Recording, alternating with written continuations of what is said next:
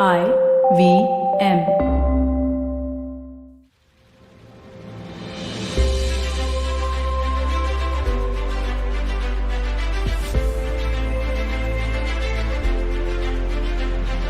Hey everyone, welcome to today's episode of This Round is on Me. I'm very proud to share that I am officially double vaxxed, especially in light of the rather ridiculous new rules issued by the disaster management authorities in Mumbai, requiring all staff to be double vaccinated at least 14 days prior before us being permitted to open for dinner service. Now, let me just remind you that this is when the first dose of vaccines weren't even available for the 18 to 44 years category till almost June. And we're in mid-August. And don't forget the 84-day gap rule between the first and second dose. So that's almost a 100-day period post the first dose. Guess they aren't very good at math. So we told them, and now we're waiting for the new notification. But why does this have to happen like this? Oh, and by the way, guests don't need to even have a single dose, even though they're the ones taking off their masks during the meal, not the staff. Anyway, enough of a rant. My rant of the day is done. I have some exciting news to share. You know, I mentioned after my conversation with Suki Menon, the fabulous burlesque artist whom I had on as a guest a few weeks ago, that I was so inspired by how vocal she was on behalf of women and what they really want. And it got me thinking about how I can do more too. And so I'm really proud to announce my new LinkedIn Live series called Women on Top, where I'll be picking the brains of some of the country's most successful women entrepreneurs about building their brand, their successes, lessons, digital marketing, and literally everything you can think of. The inaugural session was with Suchita Salwan. She's the founder of a fantastic e-commerce platform called LBB India, which promotes Indian-made lifestyle products. You can catch the session on my LinkedIn feed anytime, and definitely stay tuned for more cool conversations with some kick-ass ladies coming up. On the topic of ladies, my guest today has taken the conversation on women to an entirely different level. So stay tuned to join Shelly Chopra and me right on the other side of this quick break. Do you like true crime stories? Do you like to learn about the people behind some horrible, awful crimes? More specifically, women that may have committed these crimes. Actually, Indian criminals that are women? Then we'd like to welcome you to our podcast, Misconduct. My name is Raghavi. And I am Nisha. We cover themes like murder, dacoity, drug trafficking, financial fraud, kidnapping, and many more. You can catch us every Wednesday on the IVM Podcast Network or wherever you get your podcast. Welcome back to this episode of This Round is on Me. Shelly Chopra is the founder of Asia's biggest media platform for women, SheThePeople.tv. An award-winning journalist, a fellow from Stanford University, and the author of 5 books.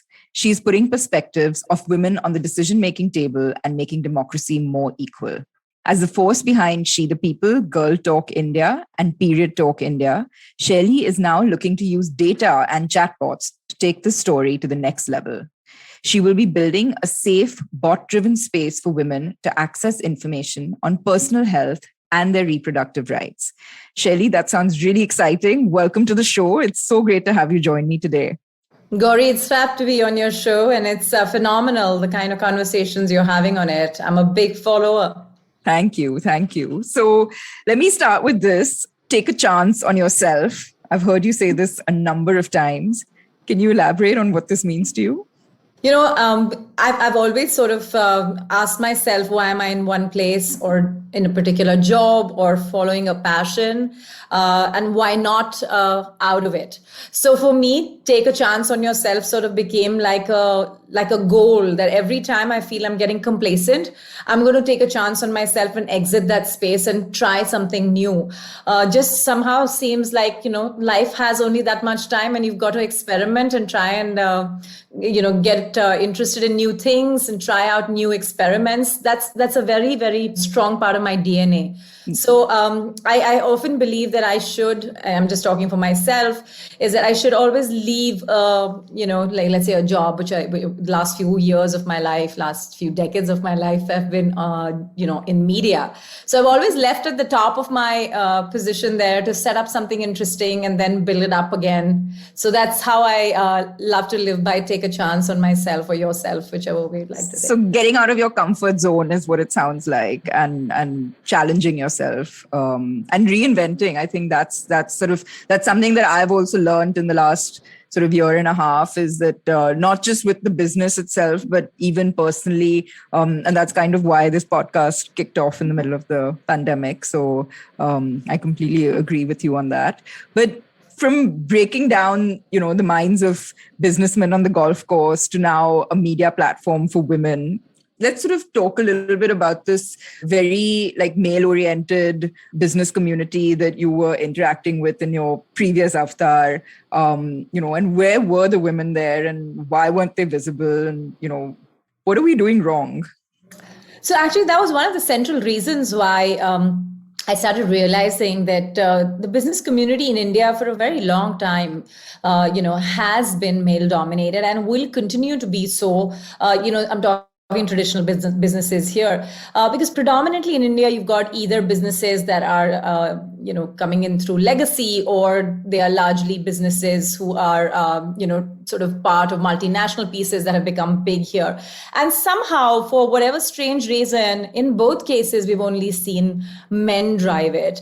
And I felt, especially, spending most of my time in their corner offices, grilling them over their quarterly results or talking to them about how they're making their businesses work, I recognized that I barely ever met a woman. The few times that I did was when she was a professional lead in a company, as the case was with the banks. And at one point we had about 4 to 5 female bankers, but that was just one sector that had somewhat broken the glass ceiling. We hadn't seen that across the board. So just to note that, that entrepreneurial skills seem to be absent in half the population of India, it just seemed odd, right? Like, where are these people? And why aren't they being, projected? So part of the problem was the lack of a platform to project them, as well as the hesitance of media to push forward there and spotlight a female. And then the other side of it was a legacy problem of a patriarchal approach to business. But I mean, why, what was it that women were not doing or should be doing or could be doing that, that they weren't? So I think I realized at the point when I founded She the People, it wasn't that the women had to do anything. It was everything else around them that needed to rewire themselves. Because how much do you expect somebody to constantly raise their hand, which I think is a big task already. They have to do that many times on many other counts, whether it's seeking promotions or getting, higher salaries or whatever else in terms of seeking or claiming their space. But I think to a significant extent, this constant societal narrative that women need to just sort of raise themselves, get into fab universities, get the best of fashion and come back and marry rich. That sort of a conversation was beginning to become extremely drab in my head. And I was itching to get that out and shake it up, because you've got to recognize that there are women who are entrepreneurial. They have been entrepreneurial. They've been part of families, but then you've got dads and in-laws who wouldn't let you get out and lead that business. Or you've got, mothers who raised you as patriarchal setups as your fathers have seen. So India really needed sort of a cusp and a shift in thinking, which needed to only come through if somebody started talking about it. And I feel like the responsibility at the point that I set up She the People, I felt like the media had a big role to play. Just to give you a statistic, of every 1,000 stories in India, 800 are either on the government, Bollywood, or cricket. The balance 200 gets everything else. You can imagine that, when a newspaper or a television channel, things have started changing now, but back then they put out a story about a gang rape case. They felt they'd tick mark the female issue. That's not what women are, only supposed to get. In crisis, yeah. Yeah. So I felt that was like a very big thing. And even then, many of us saw, we part of protests in 2012 Delhi gang rape case. We recognize how easy it was for the newspapers to push it back. So it wasn't for the physical protests and that sort of push, the night vigils. things wouldn't have sort of even come to the fore in that case, So I think this is across the board. And I keep saying that let's not just make this about the crimes against women. It's important to report that on the front page. That's the thing. Like, you don't want to be just talking about them in victim mode. You want to sort of be celebrating them for, their amazing achievements. And I love what you guys do on Instagram. And, I sort of follow it religiously. And, I saw your post today about the women bringing the medals home from the Olympics. And, it's just incredible. It's play like a girl. I play like a girl. Yeah, I play like a girl. And that's something to be celebrated. So are you seeing, since you launched She the People, have you seen a shift? Because I feel like, I don't know if there's an actual shift in what's happening or whether it's just that it's being spoken about a lot more.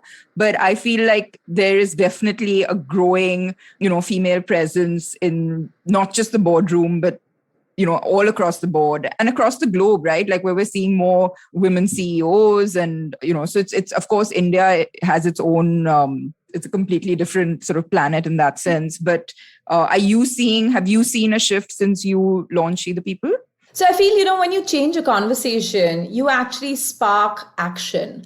And to me, that's been the mantra, from the time that I chose in life to turn a journalist, that until you change the conversation, you can't trigger a new thinking. And that's precisely what I think has been happening for the last 6 years.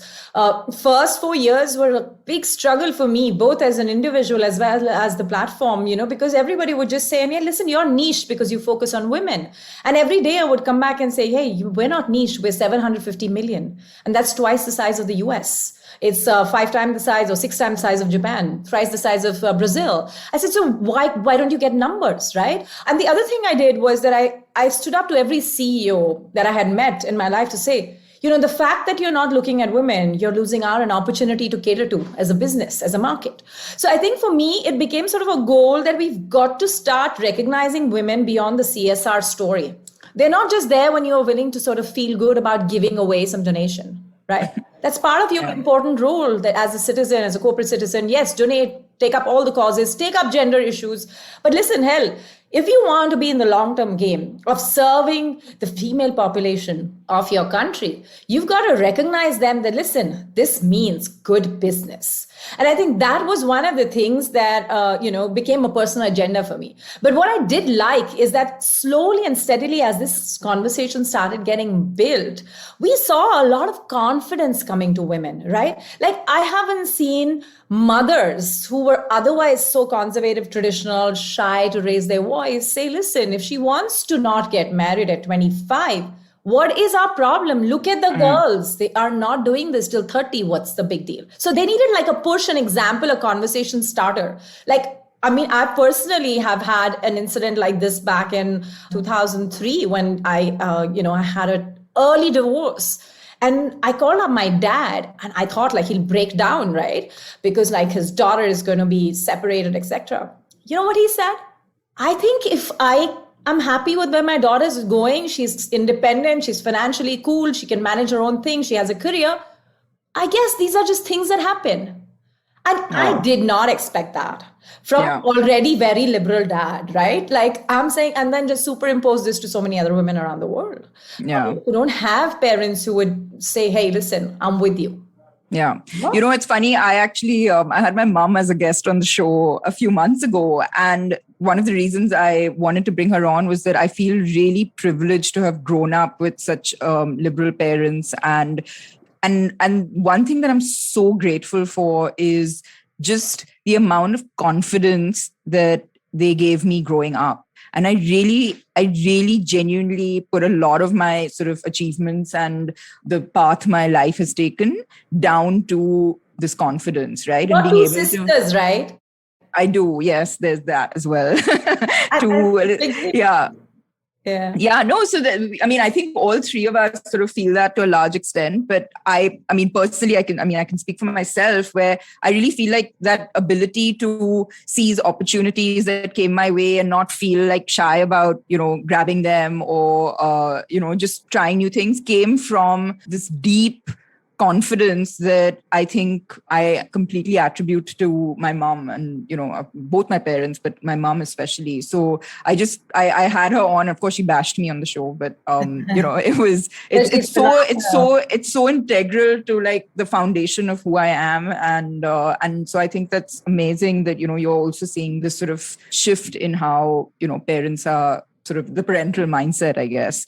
But let's talk a little bit about, your journey as an entrepreneur. What were the challenges that you faced as the founder of a digital media company versus, working with a legacy media publication? And, there's, of course, the business part of it that you were shifting from being an employee to now having your own business. Yeah.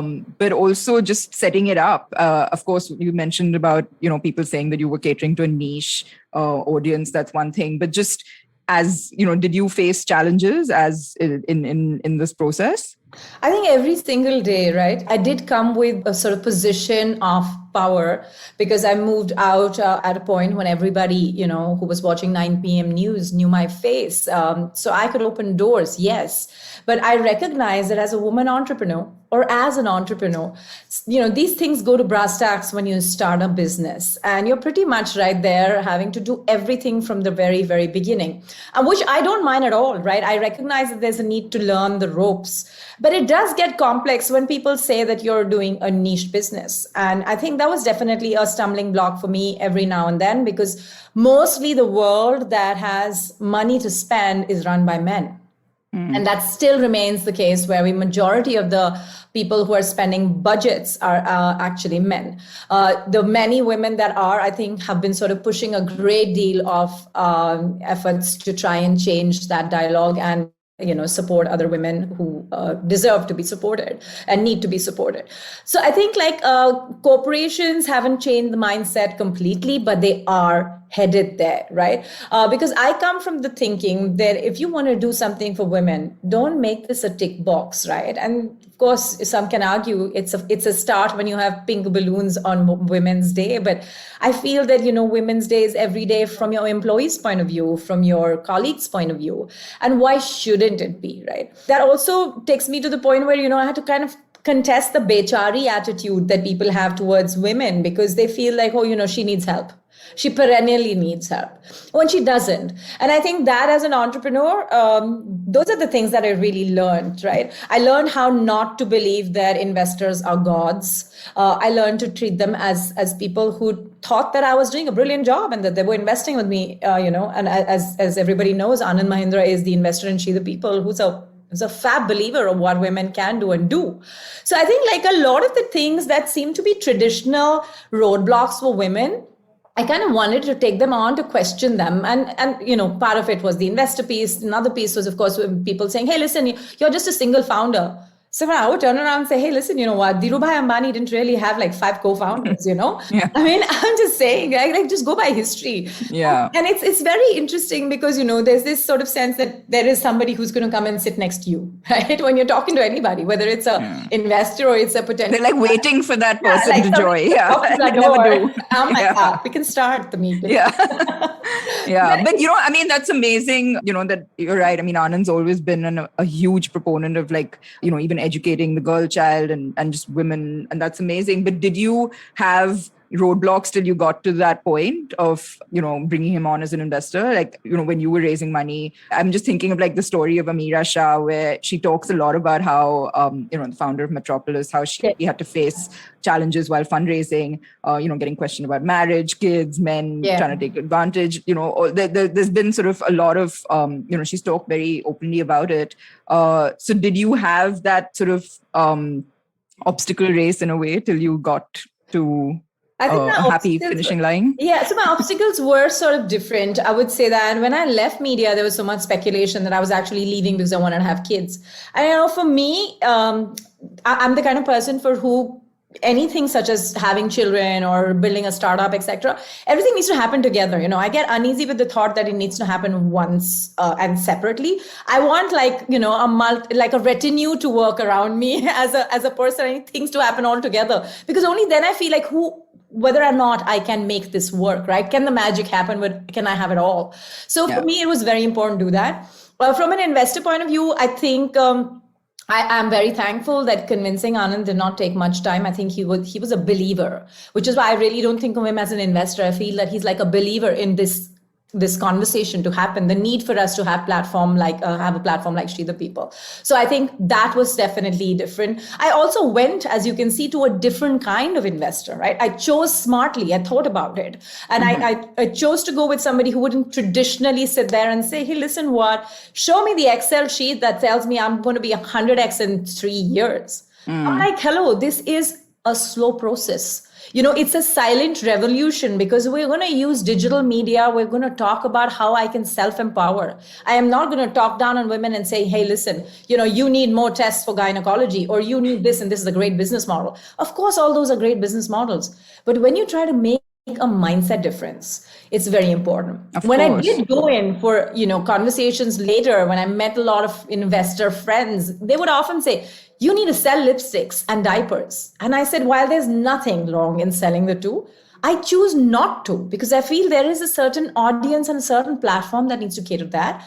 When they're done with putting the diapers on their kids and wearing lipsticks and, sort of carrying the champagne glass, they should come to She the People and chat about impact they're making, chat about the impact they want to make, chat about skills they're struggling with, or something that they want to do, or something they don't want to do, right? Having that conversation like you and I are having, absent. Because when they think women, it's like, what can I sell to her? Yeah. No, I mean, you mentioned this thing about it all happening at the same time. I mean, from personal experience, as I have an 8-year-old daughter, and it never happens on a schedule, it always does come together at the same time. And I often talk about this, where someone once told me that you can, that you have the 3 roles, main sort of key roles in your life, as a mother, a businesswoman, and as a wife. And you'll only ever be able to do 2 at any given time, and one will always sort of have to be sacrificed. And so, the question is which one at what point? Yeah. Well, yeah. But, for me as well, I remember when, till the time my daughter was 1, and, we have a sort of restaurant business. It's not something that I could sort of switch off and say, well, I'm going to have a kid and, I'll come back. And I remember, like, I had to set it up in a way where, for at least the bits that were my responsibility, I could do remotely. And that actually forced us to go completely digital, back then, so that I could work from home. And within 2 months, I was kind of back at work, taking my daughter to work with me, starting sort of slowly to get back into it. And I remember being told by a lot of people whom I kind of looked to for sort of guidance and, I looked up to, saying that, oh, maybe you should take sort of a step back and, maybe, can you do this part-time? And I was like, no, it's my business. I can't sort of do this part-time. And it really kind of made me question a lot of what I was doing. And then at one point,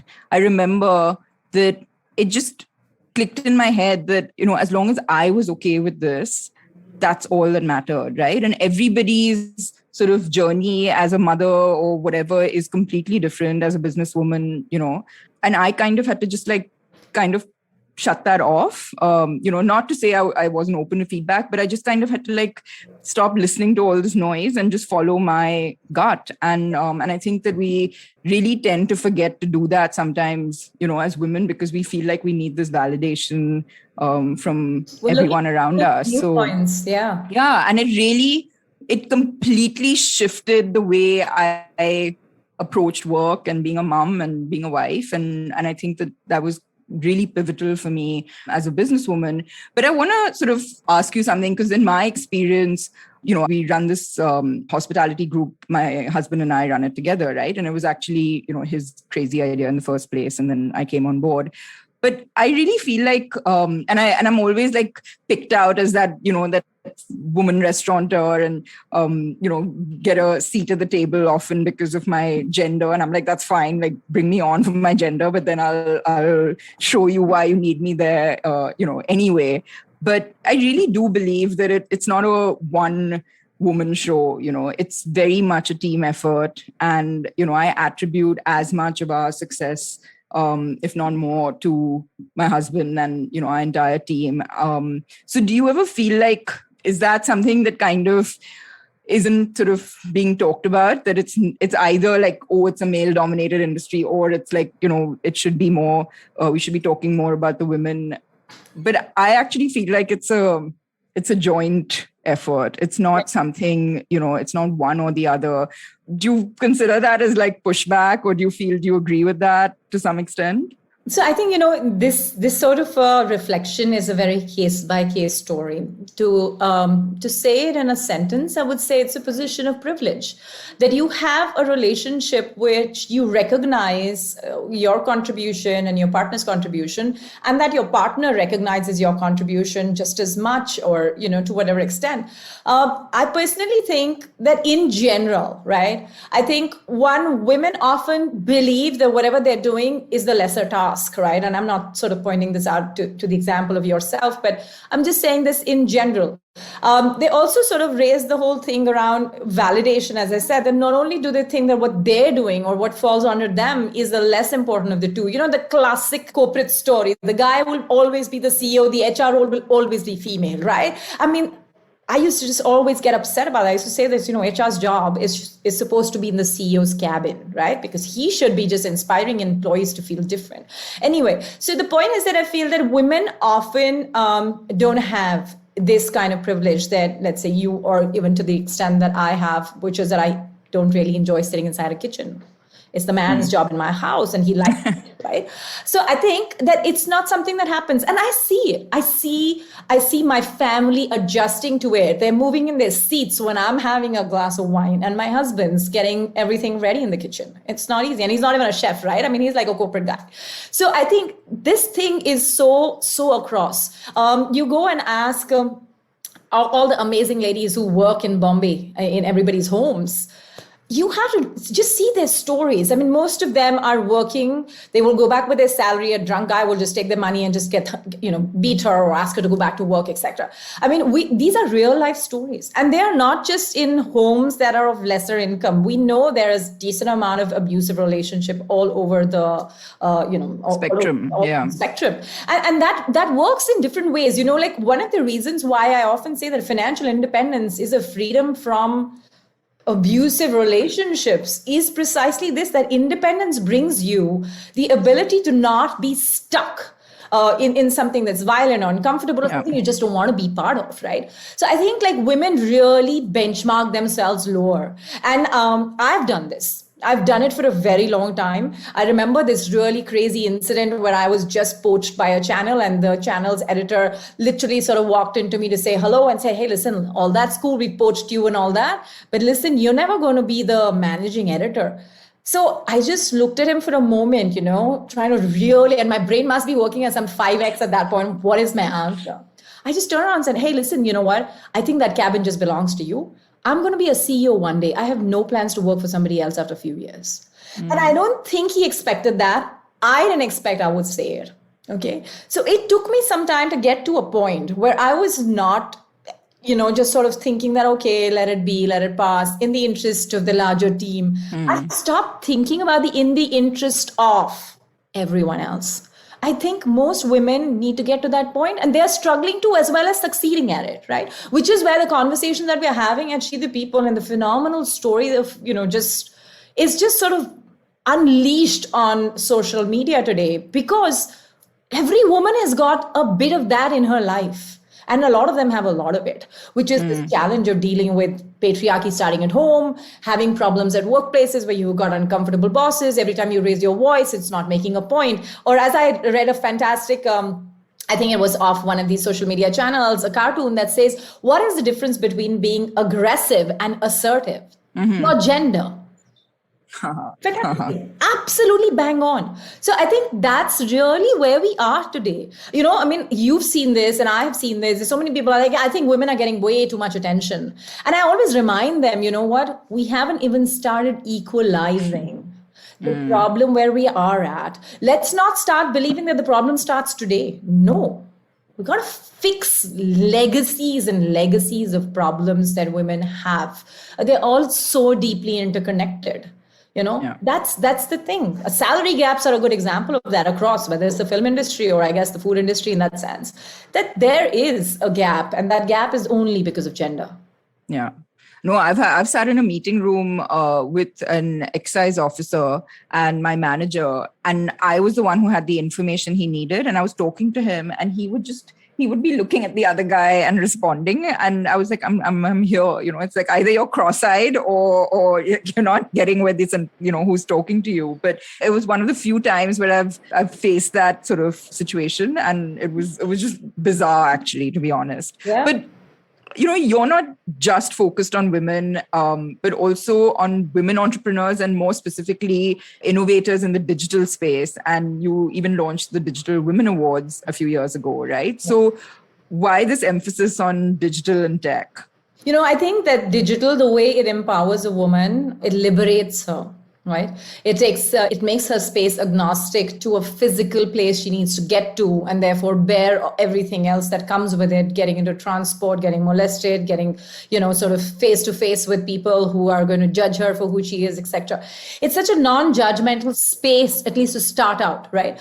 There are, of course, issues on the internet, just as they are on the real world, but I feel that there's an opportunity for women to become who they are faster. It's a shortcut to independence and success, because you have digital and your ability to start something of your own, which is so much more, exhilarating as an experience than I think is to work for somebody else. I mean, if they're made for it, to be honest. So I think like in many ways, when I started out, I recognized that I wasn't alone. I mean, I went through experiences so many other women did. And so that was the first thing we started. It's just as old as She the People, which is 6.5 years today. Because on the very first moment, we realized that the one thing we need to start is a meeting of entrepreneurs who are using digital and trying to meet needs that are sort of effective solutions, whether it's about data usage for finding out where the harassment spots in a city are, whether it's about making public spaces safe, whether it's about skilling women in the outposts of a city, whatever it is. And, from that very first year, I mean, I'm so proud to see so many women, whether it's Falguni, whether it's Pooja Dhingra, whether it's, the lady who runs Arman, and, the kind of work that they do with the rural entrepreneurs. I feel like right from the very day, we've managed to recognize the kind of work that's getting done, that's progressively seen like how it started and how it's going, sort of a story. Right. And, there's nothing, according to me, that can be a game changer in this gender debate than the use of digital. See, we are using it for conversations, community, and content. As women start doing that for commerce, they essentially are empowering themselves on the most critical thing, money. Absolutely.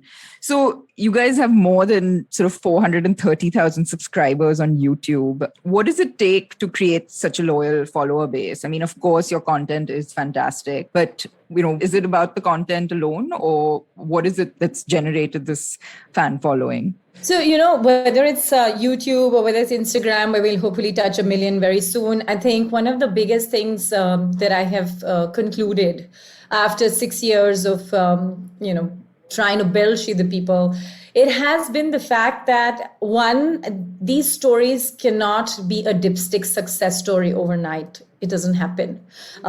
It's not like, you're going to just go out there and overnight success story will get you the sustenance that you're looking at in terms of your fan following, your engagement. As you yourself know, that one of the biggest tools today is not even followers, it's how well engaged we are. And our engagement numbers are upwards of 10%, which is a phenomenal number on Instagram, right? Why are we so engaged? Because we have had conversations in a most genuine and authentic way from the day we were born. We have not changed the conversation that we needed to have. We've not changed our approach to the problem that we have. We've not forgotten the problem we are here to solve. We're only finding better, more creative ways, because I think you get to the goal faster with a bit of humor, a bit of sarcasm, a bit of reality check of what we all go through every single day, right? I mean, there are so many times when every woman, in whichever kind of role she's playing at that point, Yeah, seriously, right? Relatability. So Yeah. relatable, right? So Yeah. relatable. So I think that's been one of the big pieces for us. And I know how often everybody's now using the word authentic, but we were using it in 2015. And it really made a big difference to our approach to what we were doing. Second is also, it's really important to have conversations that others are scared to have. We're having conversations about our bodies. We're having conversations about dealing with difficult mothers. Somebody turns around often and now and then says, hey, how can you make a mother sound bad? Nobody's making a mother sound bad. Everybody has a complex side of theirs. We need to start noticing there's many women around the world don't get along with their moms because moms are patriarchal too, like many other women or many other men. So I think, having these conversations, despite getting trolled by the now very strong men's army, has sort of, rattled us once a while, but never really taken us away from the task that we have at hand, which is to change the conversation about women with women and have them part of it. And I think one of the things that we did last year was to launch this thing called Amend, which is focused on men. And we always had conversations with them, but we never really kind of sort of parachuted it out into a special space. And I think that's really played well for us. So many dads and so many individuals, brothers and fathers are talking to us about how they're making the shift. In the physical world at our events, there have been so many people who come and say, you know what, every time I say this for my daughter in my family, I get negated. What should I do? Give me ideas. And I think that this is the reality of who people are. It's not like people always like to be cast the way they are and they like to live that life. I mean, we've seen so many fathers soften, and they soften because they actually have it in them to do that. So what's your, in your community, like what's the ratio of men and women readership or following, or if you know that? Yeah, of course I do. So we are 85% women. Mm-hmm. Okay. But that's amazing that you do have, 15% men sort of interested in this I'm content. right now just talking Instagram. I think on YouTube the figures will be different. The YouTube figures would probably be 30% men, because I think I think men also need to know about women's bodies, to be honest. Well, need to and want to is two things. So that this is they're obviously. So luckily, we don't have the very much of a want to content, which I think they could go anywhere else. But they come to a place where it's just sort of a lot of knowledge on hand. But yeah, so I think that's interesting, right? I mean, we are seeing so many men. As in, you're seeing a growth in the number of the percentage of male viewership. Yeah. Overall, both on YouTube. I mean, I since we are a platform, of course, So, and we get nearly like 5.5 million views to 7 million views on the website alone, and that itself is a good sign to see how interior India is represented, how men are represented, and how tier 2 cities are consuming so much content as well outside. Well, that's an incredible metric. So, I mean, congratulations. And what about your team? What's the split of? Do you have any men working at She the People? Yes. In fact, one of our oldest colleagues is a man, and he took over from another man when he left. Not because the position is for men, but it's just that we've had really cool men. And what I really like about the men who work with She the People and the women who work at She the People, every now and then when we have a session around mental health or internal sessions to have conversations with each other, we find that a lot of the times people say, listen, you know what, I have to stalk people the minute I see it. That's become my second skin working here, right? Like horrible WhatsApp family groups that get, that sort of let pass a lot of sexism with ha. So I think essentially we've seen a lot of men just say that, listen, I've really stopped letting this pass through in my alumni groups and my family groups. And I think that's a start. So, we started this thing called She the People Impact, which is also on the Instagram page, where we have a lot of men talk about how they changed their patriarchal thinking and how they started empathizing with some of the problems that they had been overlooking about the women in their family. And ditto for women, right? I mean, if you're raised to believe that your job is the lesser one of two, you're raised to believe that's what you think then. And I think that was true for a lot of women who came into their own. So clearly, you are influencing the men as much as the women. And on that, I heard that you're writing your next book called "The World of Social Media Influencers." So I'm quite intrigued by what this is going to be about. So can you tell us a bit more? Oh, that's really cool. I like the way you have this info. Okay, so that's definitely on the book. I'm still finalizing my publisher for that one, but we get this question all the time, right? How to be an influencer? And I think if, let's say, Malika Dua or somebody else was here on this platform, they'll tell you that this isn't like, you wake up one morning and you apply for a job, influence. It just doesn't work like that. But I think there's a lot of depth in the conversation around what an influencer is, what they should be, and what messages they can carry, and how important they are in our current ecosystem.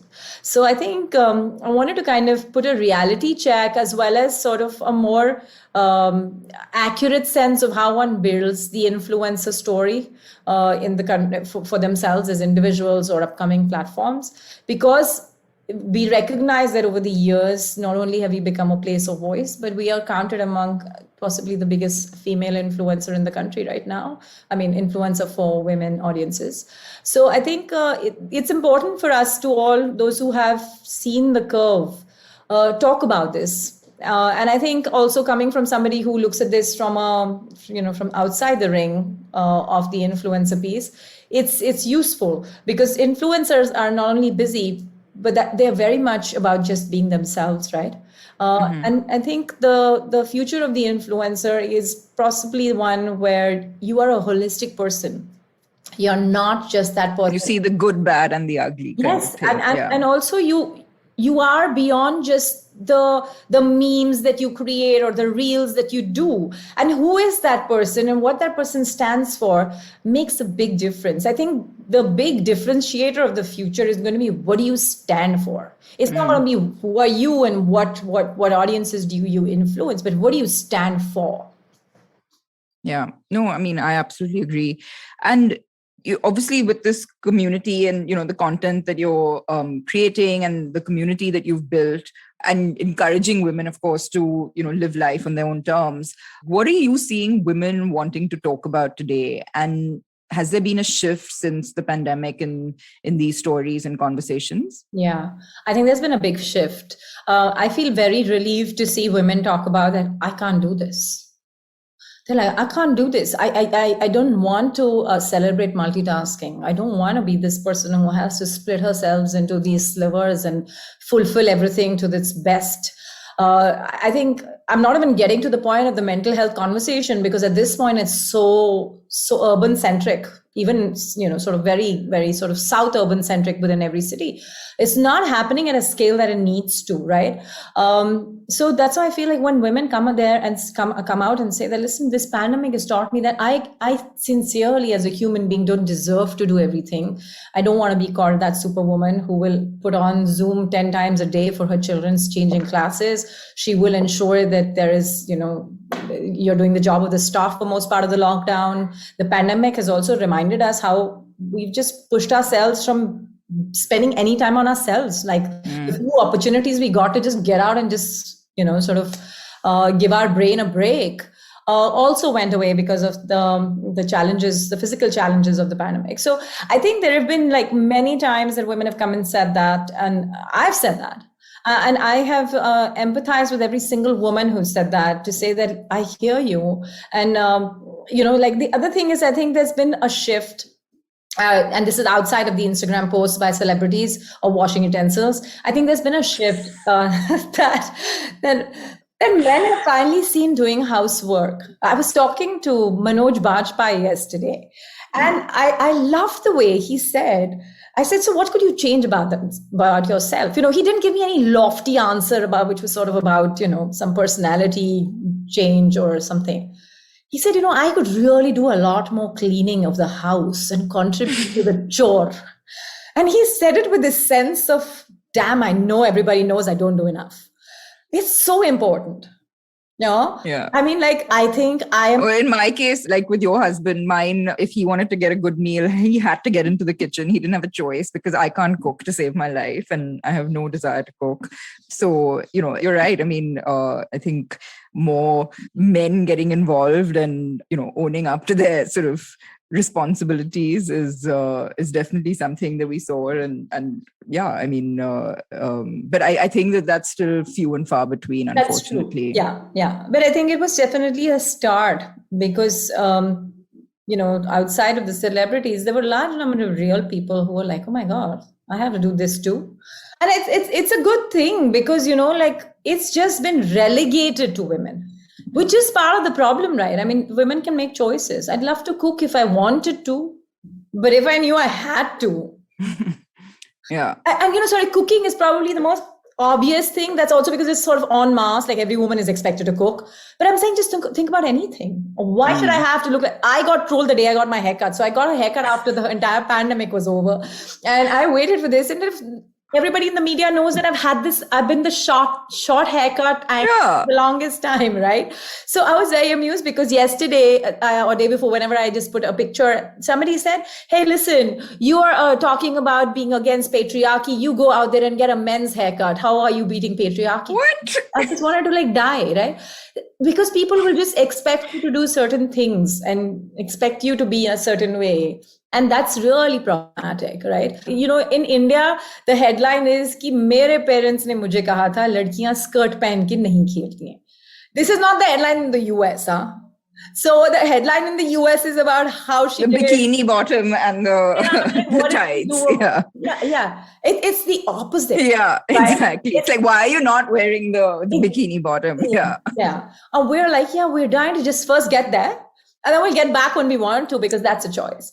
So it is a problem, and all the Beti Bachao talk, all the kind of work that we're trying to do, it's going to make a shift, but we're a long way off. The pandemic has made gender equality efforts. It's pushed them back because of the kind of increase in in-house stay that women had to do and couldn't get out when they needed to get out because they could escape situations. So, I mean, I really think that, and also jobs. I mean, how many jobs have we lost as women? No, absolutely. So what are your future plans? So good. That's a really good question because I guess I can say a lot of things without knowing if I'll get there. Say it. Put it out there. I don't make very long future plans, but I love to make some because then at least it keeps me going. So I think from She the People's point of view, definitely we're playing around with technology in a very different way because we use this entire pandemic to tech up quite a bit and see what we can do with people agnostic chatbots and provide information to women that is extremely useful and extremely credible. So I think that's one of the big spaces for She the People to grow. I think another space that we will continue to do a lot more work is in digital safety. And women entrepreneurship.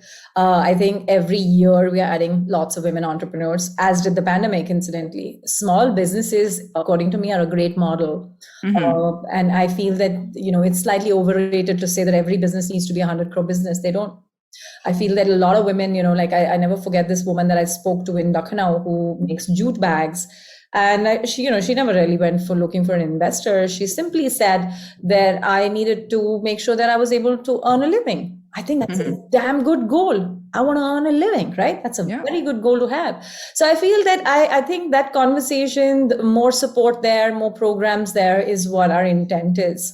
To keep up on the women entrepreneurship because we have the spectrum of those who start out to the ones who need access to larger programs, whether it's with government or corporations.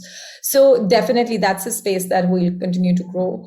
But I think one thing that is central to our overall plans is that I want to work with more and more brands and organizations and help them recognize how you build trust with women. And help them see through the fact that you don't just come out there once a while with a campaign and then, sort of go into hibernation. That's always been my goal. I have been the sort of person who said no to many partners because they wanted to do lip service. And I would only say yes to a few partners who would say, this is a long-term thinking. So I think that's where I want to try and constantly remind new and potential people how we can do this better, how we can take an idea and make a change at the policy level, not just as say, let's say, on the Instagram page. Yeah, no, as you said, it's a long-term process. It's not something that can happen overnight. So it requires serious commitment, and and that's incredible that what you've done so far, and of course what you're looking to do. So good luck with that. And we're going to take a quick break before we enter the last segment of the show, where we want to know Shelley a bit more. Oh, wow. Hey, it's been another great week on the IVM Podcast Network. On Cyrus Says, legendary music composer Anu Malik joins Cyrus to share tales from his fascinating Bollywood career. On Filter Coffee, Avinash Pant of Facebook discusses the changes he sees in the creator ecosystem. If you're interested in the Pegasus pirate scandal, do check out All Things Policy as they dive deep into India's cybersecurity capabilities. On Nan Curry, the guys host Tanvi Lad, international badminton player and host of the Millennial Athlete. They discuss what kind of food is available at the Olympics, an athlete's diet, and a whole lot more. And on This Round is on Me, learn about the Indian news media from Lakshmi, founder of Splainer Media. Do follow us on social media. We're IVM Podcast on Twitter, Facebook, Instagram, and LinkedIn. And remember, if you're enjoying this show or any other show for that matter, please do tell a friend. That's really helpful for us. And finally, we'd like to thank the sponsors on the network this week, Ciet Cred, Bank of Baroda, Intuit India, and CoinSwitch Kuber. We really do appreciate the support. So welcome back. We're with Shelley Chopra, and this is the rapid fire, Shelley. So you're going to answer with the first thing that comes to your mind. What gets you up in the morning? I think it's the dog, or it's my daughter, to be honest. Yeah. Well, what keeps you awake at night? Oh, new ideas. I have a notebook and a pencil. This is how She the People was born. At 4 a.m, I scribbled the name 4 years before I actually set it up. Wow. Well, I have to tell you something. I message my team at 5 and 6 in the morning because that's when I'm the most awake, much to their annoyance. So I completely feel you. What's your one go-to comfort food? Oh, I always ask this as a restaurateur. Yeah. It's an occupational hazard. Actually, I have two. The first one is the tom yum soup with prawn. And the second one is that zucchini noodle at table. Well, we have to get you back in there. Yes.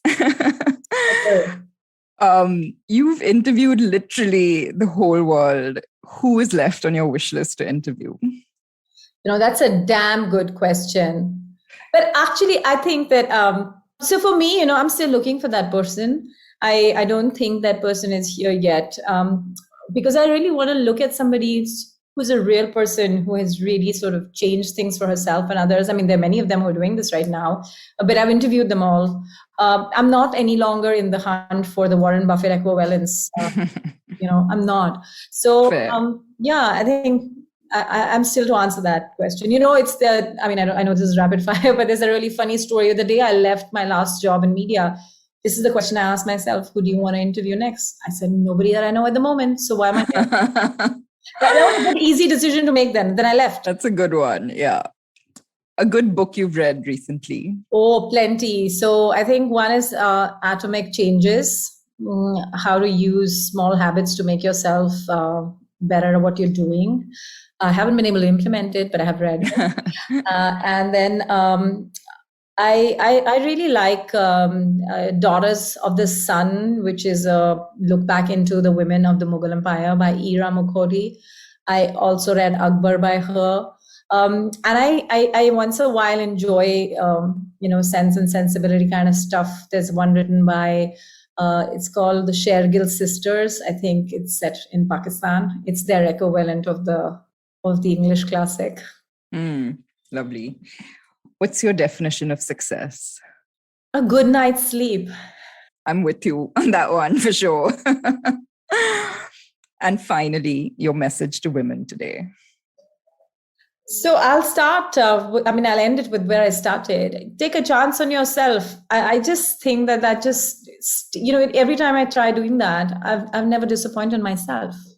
Every time I listen to somebody else that just sounds like they're doing this to save me, I always take a chance on myself. And I really mean it, even from your nearest ones, because, like my dad wanted me to have a salary job because he was very worried that what would I do without my salary, right? Or somebody else would say, hey, listen, you just got here. Why are you leaving? Like, for example, when I quit media, how will you see your face not being every day on television? I said, listen, I'm more than that, right? I want to take a big leap. So I think it just takes, you've got to take a chance on yourself. There is nobody else who's willing to, the other side of it is this. If you don't take a chance on yourself, who will? Absolutely. Right? If you don't, after you do, then others will. Yeah. Absolutely. Well, listen, this has been hugely inspiring, and, I'm so incredibly amazed, and just, it's really incredible what you've created, and good luck to you from the deepest, darkest corner of my heart. So, thank you. So kind. It's been so much fun being with you on this. Likewise. So, and hopefully we can have that zucchini spaghetti at the table very soon together. Really, seriously soon. Yes, we only know. Bombay is the first place I'm traveling when I do. Great. Where are you right now? I'm in Gurgaon. Otherwise, I would have definitely figured a way out to get something. For sure. Like from whenever anybody opened, you know what I mean? Yeah. Gurgaon. Yeah. And every time I get a message from Yash, I'm like, listen, deliver here. I will order. Yeah. Okay. Same with Sita, same with Pooja. I'm like, everything is sitting in Bombay, right? I know. This is where it's happening. Anyway, listen, thank you so much. I hope we haven't gone over time for you, but that was really fun.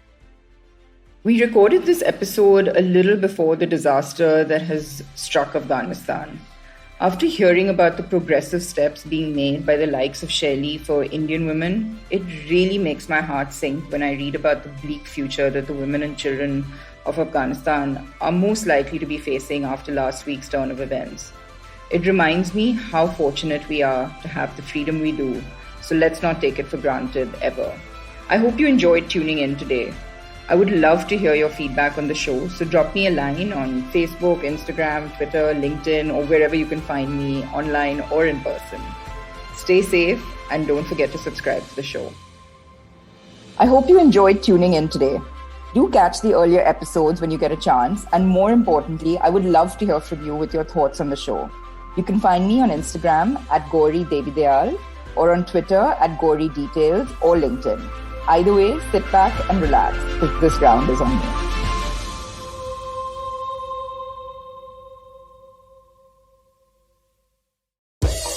Don't you think that if everyone around you is getting smart, you better be smarter?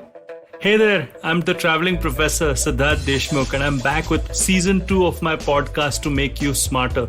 Smarter with Sid. What's this season's focus about? Well, it's about 10-minute nuggets that will make you stand out at work. It's time to go from smart to smarter. Tune in every Tuesday and Thursday and become smarter with Sid. Eventually, you'll see the end of your childhood. Get accustomed to womanhood. Enjoy the experience of sisterhood. Might get to wifehood. Or not. Choose motherhood. Or not. You'll learn to define your personhood. Earn a livelihood. Change the neighborhood. And get rid of the falsehood that life post-academia is easy. So join me, Ritasha. And me, Ayushi. On a journey from station starting point. To station, what now? Next station, Pudin station. And hopefully, Agla station, adulthood. Fresh episodes out every Thursday.